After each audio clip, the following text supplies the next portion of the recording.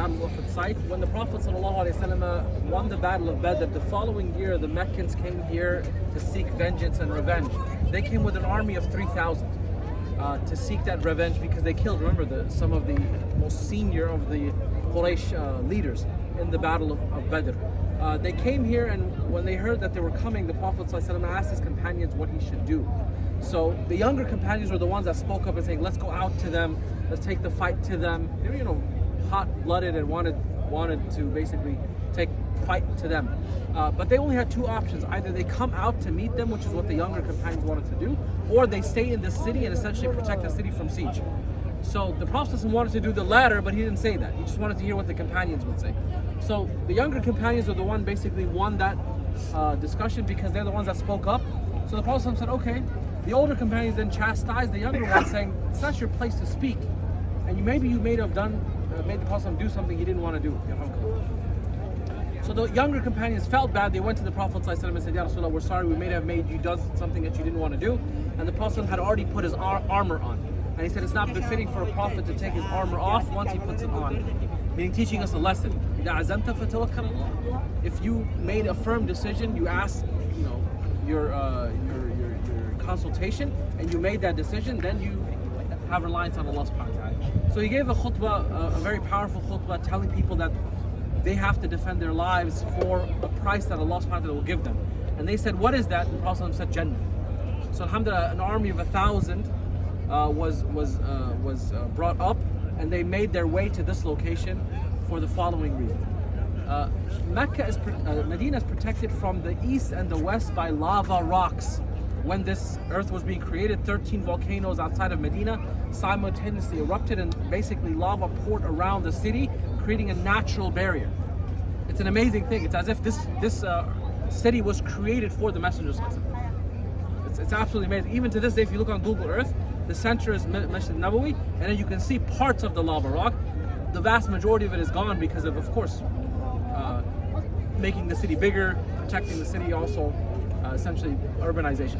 But in any case, the only entrance to the city is then from the north. So that's why they came and fought the battle here, because there's no way an army can come from the south and east or the west, so they have to go all the way around and then enter from right over there. If you look straight back, you see a mountain on the left and a mountain on the right, and there's an area that area is where large armies are. Those two mountains are called Jama'ain. So they came from that area exactly. The battle took place right in front of you, in this area. The Prophet ﷺ, he took rest halfway from Medina, Masjid Nabawi. You can see the minarets. He came halfway, he spent the night. Where he spent the night, guess what? They built a masjid. So they built a masjid anywhere the Prophet sits, we're building a masjid there. So subhanAllah, that's how much the history was preserved. Many of those masajid are gone. There was masjids here on Uhud. Okay, now they destroyed most of them and they built this giant one. We'll talk about that later. But the point being is, the Prophet then came here, and on the way here, there was a new group of people in Medina that didn't exist as much in Mecca, known as munafiqeen, the hypocrites. They were hiding that they were not Muslim. So essentially what they did is, they were led by a guy named Abdullah ibn Ubay as-Salul, who was hiding that he was not Muslim, and he hated the Prophet ﷺ and Islam because he was said to be the leader before the Prophet arrived. So he has a personal vendetta. So what does he do? He goes around and he convinces over 300 of the soldiers to basically abdicate. They just leave. And they say, you know what? We're going to go protect our families. We don't know what you're about and what's going to happen, but we'd rather protect our families in the city. So subhanAllah, 1/3 of the army left. So now they're left, we're only 700. So the morale of the army goes down. We're already outnumbered 3-1. Now it's crazy. Not only that, some of the most well-prepared warriors were the ones that left. The ones that were like special forces in the horses. So then they came here, and then the Prophet ﷺ set up the battalion. But before he had them set up, he wanted to raise the morale of the army. So he basically took his sword out, and he said, I'm going to give my sword today to a warrior that deserves it. So everyone got excited. They wanted the sword of the Prophet ﷺ. Because you got the sword of the Prophet ﷺ, khalas, you're going to take care of business, mashallah. So again, everyone's talking, they're bantering with each other. Abu Bakr's like, guys, don't even try it. I'm Abu Bakr. Umar is like, I don't think you know who I am, right? And Ali is like, you guys don't even want to talk about it, do you? So basically they're having a banter about who's going to get the sword of the Prophet ﷺ. And then the Prophet ﷺ calls out the name of a Medinan warrior that's not known to the Meccans. So he says, where is Abu Dujana? And everybody's like, who's Abu Dujana? The reason why he wanted to raise their status is because remember, they came later to Islam. So they wanted to defend, they wanted to show up as well. So Abu Dujana comes forward and the Prophet says, I'm going to give you the sword with one condition. He said, what is it, Ya Rasulullah? He's like, that you give it its haqq, you give it its right. And you use it properly. So he said, okay. He took the sword of the Prophet, he said, I will, Ya Rasulullah. And then everybody's watching what's going to happen. He takes out a bandana. It's a red bandana. It's called Isabat al-Maut, the bandana of death. Whoever wears this bandana, someone's going to die. So basically he wears this bandana, and then he takes the sword of the Prophet, and then he dances very arrogantly in this battlefield. And everybody smiling and laughing at this, at the way he's dancing with the sword of the Prophet, like we're the sword of the Prophet, let's see who can stop us. So after he finishes, even the Prophet was laughing with them, and he says, Abu Dujana, normally Allah hates this kind of dancing except for today. Today it's appropriate. Why? Because you have to show honor and strength and pride, and showing pride and strength in battle is actually something that is encouraged in Islam. Anytime other than that, it's not encouraged heavily. But anyway, so then the morale of the army has now increased. The Prophet ﷺ sets up the battlefield. The way he does it, he puts 70 archers on this mountain. You're like, what mountain? It's like a hill. Well, yeah, this was 1,400 years ago, guys. Hello, so it's gotten eroded. This used to be called Jabal Ainain, which means the mountain of the two peaks. That was one peak. Here's the remnants of the other. So what happened to the mountain? Why is it now smaller? It was about 3 to 4 times larger than this. What happened to it? Well, a number of things. Number one, of course, natural erosion. It's been 1,400 years. Secondly, mashallah, every day thousands of people going up and down this mountain for this number of years. Obviously, it's going to erode. And thirdly, there's people that come here, mashallah, and they're rock collectors. So they take a big bag and they say, I'm a rock collector, and they fill the bag and then take it home and do whatever. Guess what? You're a rock collector, hashtag nobody cares. Please don't take the rocks from here because you're causing desecration of the site. And I'm serious when I say you all will come some year and this place will have a fence around it and nobody will be allowed to climb. I can see that. Why? Because of, mashallah, the amount that it's eroded. Even the time I have been here, it's gotten a little bit more flatter on the bottom. In any case, the Prophet ﷺ put 70 archers on this mountain. He gave them a number of commands. Number one, don't come off of the mountain until I give you word. Don't come off of the mountain even if you see birds pecking on our dead body. Number two, thwart the cavalry and horsemen from us, so thwart them with your arrows. Number three, don't allow us to get flanked from the back. That's all they had to do, right? So that was the commands for the archers. Then the Prophet put the left wing of the army where you're standing, right here. And he put the center in the center. And he put the right flank near the mountain of Uhud. The mountain of Uhud starts from there and goes all the way around. This entire mountain range is one mountain. It's connected, and it's called Uhud because it's solitary. There's no other mountain around it. Okay? So the Prophet ﷺ then had his army face this direction. The Meccans arrived with their drums, and they're around for war and vengeance. The women came out singing, saying, if you run away, you will no longer be our husbands. They were saying crazy things. They wanted blood. So they came out with everything they had. And then what happens is a duel starts the battle. So one of the warriors of the Meccans, Talha, said that, who is the man that's going to come out to meet me? Who is the one that wants their mother to lose their son, etc., so on and so forth. So what happens is the leader of the warriors of the Prophet ﷺ, Zubayr radiallahu anhu, was one of the first Sahaba to unsheathe the sword for jihad. He comes out and he's walking very slowly like this with the sword on his side. And that guy's prancing around very arrogantly in his horse, saying who's going out to meet me. And when he meets him in the center, he's about 5 feet from him. As Zubayr launches himself, takes him off of the horse with one hand and then slaughters him with the other. He kills him in 5 seconds. Just the leader of the warriors is done. So when they saw that, the Meccans were shocked. That's their best guy that just got taken down in 5 seconds. And then the Muslims, they said Allahu Akbar. Basically, the war had started and the Prophet ﷺ gives the command, and then they start rushing. And when they crash in the middle of the battlefield, like I said, is right behind you in this exact area. And the Muslims are basically taking care of business. They had a war strategy that the Arabs were not used to. The Arabs had a strategy which was called hujum. You raise the flag, everyone attacks. You lower the flag, everyone returns, regroups, and attacks again. This is to maintain their strength. But the Muslims didn't fight like that. The Muslims fought with Takbir Allahu Akbar. You don't turn around until you get news from the Prophet. So it was like waves of warriors coming after them, and they kept killing the one that's holding the flag for the other side. So that's the main way of communication. So imagine, back then there was no WhatsApp, guys, hey guys, go left, go right. It's not like that. It's so basically based on the flag. So essentially they kept killing the flag bearer on the other side, the one who held the flag, and this was causing chaos in the Quraysh army. And subhanAllah, they were so strong that they kept pushing them back, even they're outnumbered 3-1. And eventually what happens is, subhanAllah, they start running. And as they're starting to running, the archers were doing their special as well, which is to thwart the special forces of the opposing army, known as the Khayyala, the cavalry, which was led by the greatest general in the history of humanity after the Prophet Muhammad ﷺ, Khalid bin Walid, who was not Muslim at that time. He led the special forces. He was behind that white sign. There's a building behind there, and there's a valley between this. So basically, he wanted to come around the valley and attack the Prophet ﷺ from behind, but the archers thwarted him 3 times. So everything was going as the Prophet ﷺ planned, strategically and amazingly. And eventually what happens is the other people basically start running. And as they start running, the archers see on this battlefield from the deceased of the opposing army, things that they left behind and war spoils that would be divided among soldiers from the Muslims. So they saw basically shields were made out of solid gold and silver, the butts of swords were made out of solid gold and silver, every other type of belonging, war spoils. So they said that essentially, if we come down last, we will not get our share. Right?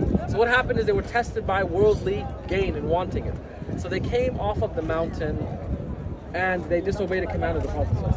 What did they do? They reinterpreted it. They said, oh, the leader of the archers was saying, don't come off of the mountain, don't disobey the Prophet. And they said, what? Well, no, that was during the battle. The battle's over, so now we can come down.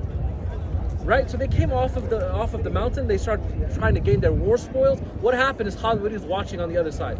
So what did he do? He came down into the valley, around the mountain, and he came full gallop on his cavalry of 200 and attacked and killed a large contingency of those archers while they were here. Then he galloped full speed at the Prophet ﷺ, at his back, and exactly what the Prophet didn't want to happen happened. And that is that the Quraysh saw it from the front, they raised their flag and they crushed the Prophet ﷺ in between these 2 large armies. Now they were being attacked from all sides. And then chaos erupted in this battle. Nobody knows what happened even to the Prophet Muhammad ﷺ, and now a large number of the Sahaba also started to die. In fact, some of the Sahaba in that chaos killed each other. So Hudayfa radiallahu anhu was his father, Al-Yaman, he was fighting alongside with him, and one of the companions accidentally killed his father. Didn't know. While Hudayfa was screaming, my father, O Muslim, my father, but he already was dead. SubhanAllah, he was offered blood money after this and he refused it. He said this was just an accident, it's okay. And subhanAllah, because of that, Allah blessed the money of Hudayfa because he didn't take that money. In any case, there's also a number of Sahaba that were killed here in this particular battle, radiallahu ta'ala anhum, among them the uncle of the Prophet sallallahu alaihi wasallam, Hamza. He was an amazing warrior, he fought with 2 swords, but he had killed 2 leaders of the Quraysh in the battle of Badr, Utbah and Al-Walid. And the daughter of Utbah wanted revenge. Her name was Hind. So essentially she hired a assassin, a slave, whose name was Wahshi, who basically was one of the most formidable spear throwers, most accurate spear throwers in Mecca. She said, I'm going to buy your freedom, you just have to do one thing, forget the battle. I want you to kill Hamza. So he came here, he saw him fighting, and he took his spear, and he launched it, and it struck Hamza radiallahu anhu in the abdomen. So he turned around and he looked at me, I thought I was going to die. Because he took steps towards me, and then Hamza radiallahu anhu fell. And he became a shaheed. And then Hind came and she cut open Hamza radiallahu anhu and took out his liver, cut open his liver. Then bit it out of her vengeance. And then she cut his nose and ears and made a necklace out of it. SubhanAllah, this is graphic, yes, but this is what the Sahaba went through. So SubhanAllah, this was a very, very difficult time. The Prophet ﷺ didn't even know that his uncle had passed away at this time. Eventually what happens is, of course, a number of the other Sahaba pass away, and the Prophet ﷺ, was being covered by 2 circles of Sahaba. One group of Sahaba circling the Prophet ﷺ with their bodies towards the Prophet ﷺ, like this, holding him. Meaning my body, but not the body of the Prophet ﷺ. And then another group behind them, putting their backs against the Prophet ﷺ and fighting off every assassin. So what were they doing? They were taking the Prophet ﷺ literally outside of the ring of fire. They were pulling him out of the battle with their own bodies. Exactly. So the Prophet ﷺ said, I literally saw 17 of my Sahaba being hacked to death. They became shaheed. And then they pulled the Prophet ﷺ out. So they started running this way, in this direction. And what they did is they had set a trap for the Prophet ﷺ. They had dug and then they put leaves over it, and then they surrounded the Prophet ﷺ to try to get him to fall into that trench, and he did. He fell, alayhi salatu wasalam, and essentially they launched a volley of arrows to land on Rasulullah sallallahu alaihi wasallam. And what happens is the Sahaba dove over the body of the Prophet ﷺ, and those arrows landed on their backs like porcupines, essentially. So the Prophet ﷺ was then exposed. There was nobody around him after that. And he was sitting in this trench, and finally a warrior from the Quraysh, whose name was Ibn Qamiyah, which literally means the son of the ugly woman, and he was alayhi la'natullah. He saw the Prophet ﷺ exposed, and he took his sword and he struck the Prophet ﷺ as hard as he could, cracking the armor on his forehead and striking his head alayhi salatu wasalam, and the sides of that armor pierced his cheeks into his skin and broke his molar tooth, which fell. And the Prophet went to cover his face, and he struck his shoulder alayhi salatu wasalam, which essentially caused some damage to him. For months he would take to recover. Then he was going to strike him a third time. If it landed, he would have killed the Prophet. So what happens is one of the Sahaba dives and takes that strike and literally cuts a chunk of their shoulder off. Permanent damage. And then that Sahabi fights that person off, the Prophet ﷺ, until he takes him away. And then the Prophet ﷺ, essentially, he was here at this exact time, the duha time. But not in this weather. It was hot. And as you know, it can get up to 50 degrees Celsius. Right? So the Prophet ﷺ is bleeding, sweat, there's blood all over his forehead and his cheeks and his mouth, alayhi salatu wasalam, and he wipes that blood off his blessed face, and he says, كَيْفَ يُفْلِحُ قَوْمٌ شَجُّ رَأْسَ نَبِيًّا. How can a people be successful who cut the face of their Prophet? And then Allah subhanahu wa ta'ala reveals an ayah of the Quran.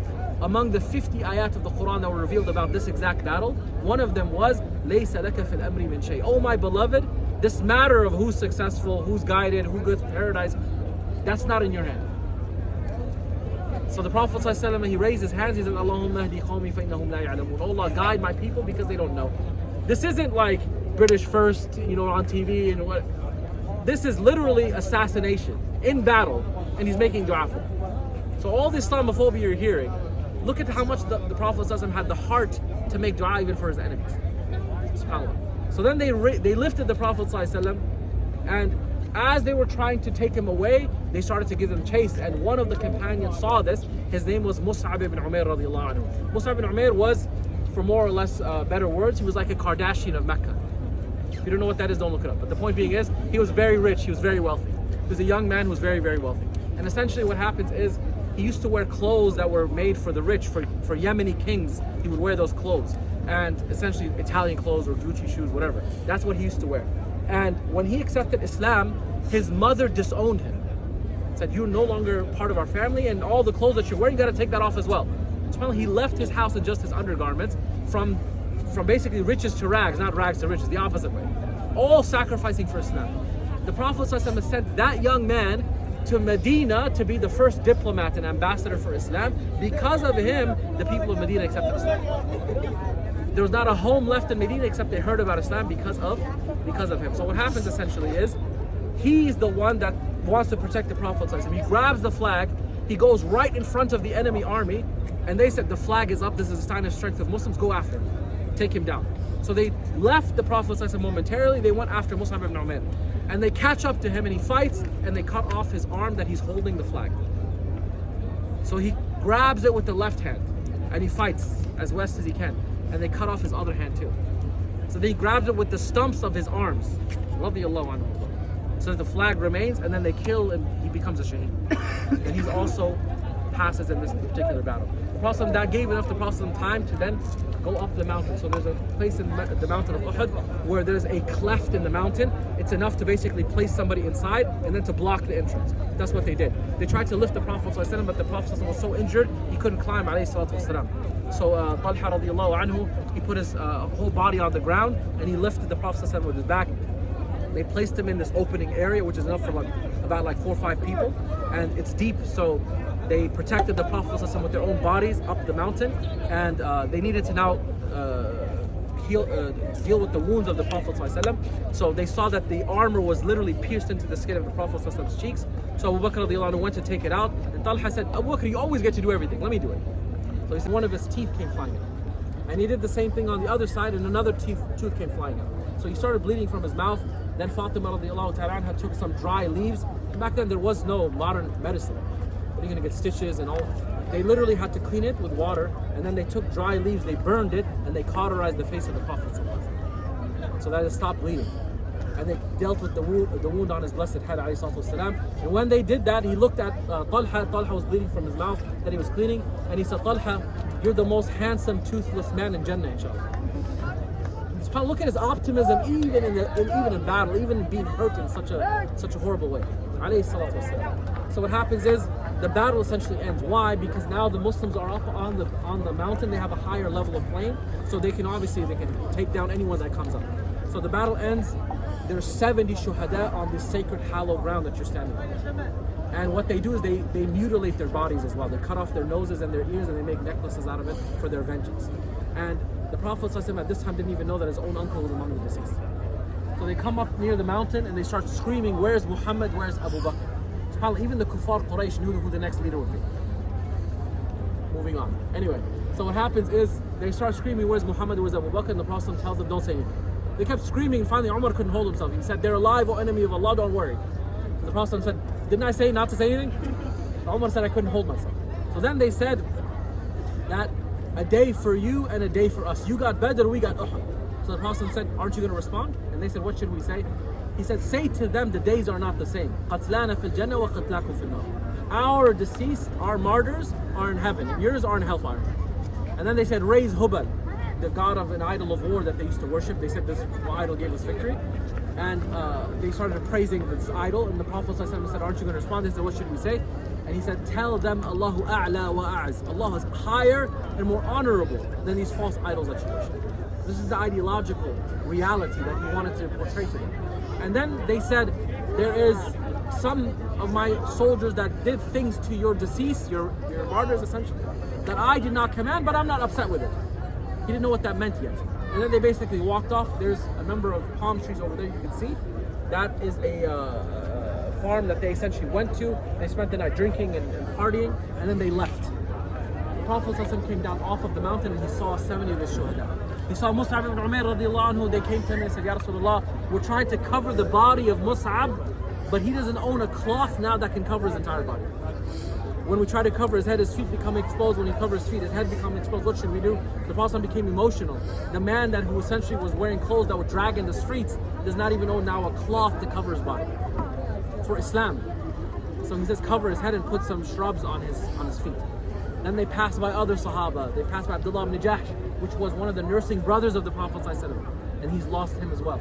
Then he sees his uncle, who was a father figure to him, a brother from nursing, one of the most closest to him in his family, and they not only had killed him, but they killed him such a horrible way and mutilated his body. The Prophet ﷺ basically let out like a sob.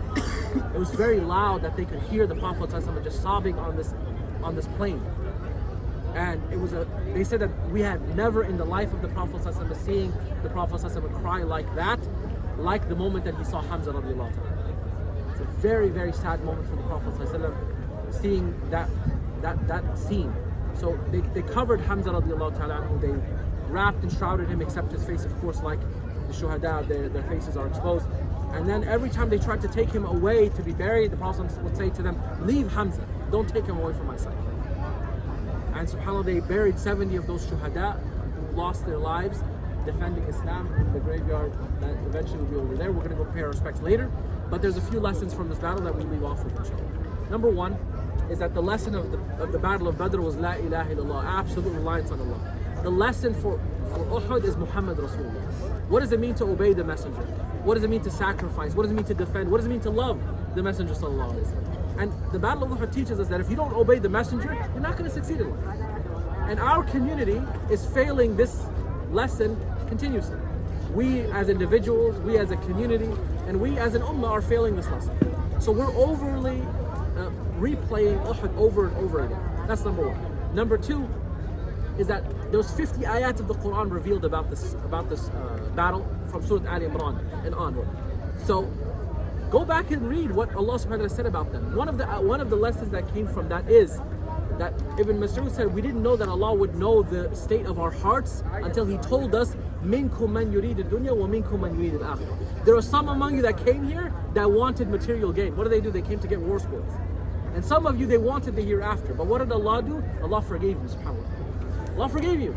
And He told the Prophet, you also forgive them and pardon them. And don't exile them. Don't take them away from the community. Keep them and what? Seek their consultation. Shawirhum fil amr. Meaning, don't allow the mistakes and sins of people to define them. Because Allah does not define you by your mistakes. That's powerful. That's an amazing lesson. But subhanAllah, that's why you should never judge the Sahaba for what they did, because some of the scholars, they said they don't know what side you and I would be on if we were here on that day. So that was one of the lessons. And lastly, the most powerful lesson is, what level of sacrifice did they do? And what level of sacrifice have we done? Allah is asking us to do 5 simple things. We have trouble getting our head off of the pillow for Fajr. And I know it gets early in the UK. Trust me. But look at the amount of sacrifice that they had to pull forward. Allah is not telling you leave your families and the wealth that you have and the money that you own, or the city that you grew up in, but simply just 5 simple things, and live Islam unapologetically. Don't be embarrassed about your faith. That's all that Allah asks for us. So these are the lessons that we learn in this blessed place. What we will do now, inshallah ta'ala, is I will allow you to climb the mountain of the archers for about 10 minutes.